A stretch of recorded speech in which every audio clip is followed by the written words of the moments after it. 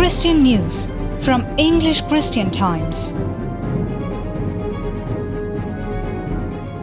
Holding his weekly general audience on the 50th Earth Day, Pope Francis called for common action and ecological conversion that led to a deeper love for our common home and our brothers and sisters, especially the most vulnerable. By Robin Gomes. Celebrating the 50th Earth Day, Pope Francis pointed out that the tragic coronavirus pandemic has taught us that we can overcome global challenges only by showing solidarity with one another and embracing the most vulnerable in our midst. Biblical origins. The Pope dedicated his 2015 encyclical Laudato Si to the care of the created world, noted that we are fashioned from the earth and that the fruit of the earth sustains our life.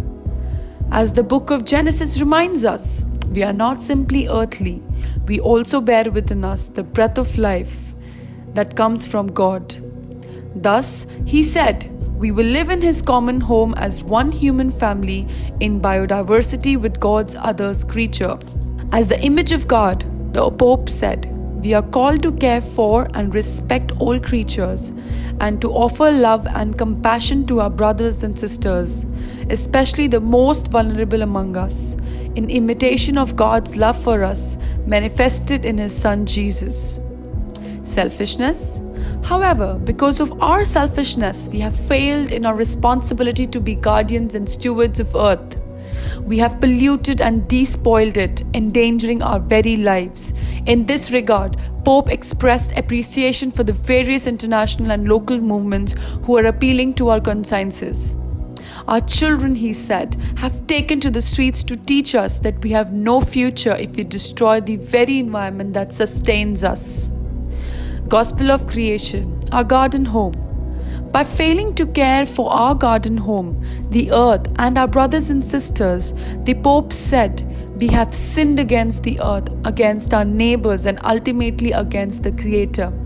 Hence, we need to look at our common home, the earth, in a new way in order to restore a harmonious relationship with the earth and with the rest of the humanity. We should not regard earth as a storehouse of resources for us to exploit.